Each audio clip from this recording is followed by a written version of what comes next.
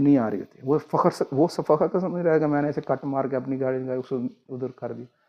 اور جو گلیاں پڑ رہی ہوتی ہیں کہ یہ کون بد نسلہ ہے, بس کتنے لوگ باتیں کرتے ہیں بد نسل کس کو کہتے ہیں, یہ یار پتہ نہیں کس قسم کا آدمی.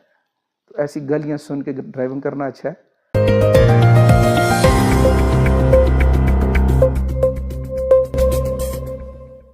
السلام علیکم ناظرین اکرام, آج ہم حاضر ہیں سوموار والے دن کا پروگرام لے کر, جس کا موضوع ہے میں اور میری ڈرائیونگ.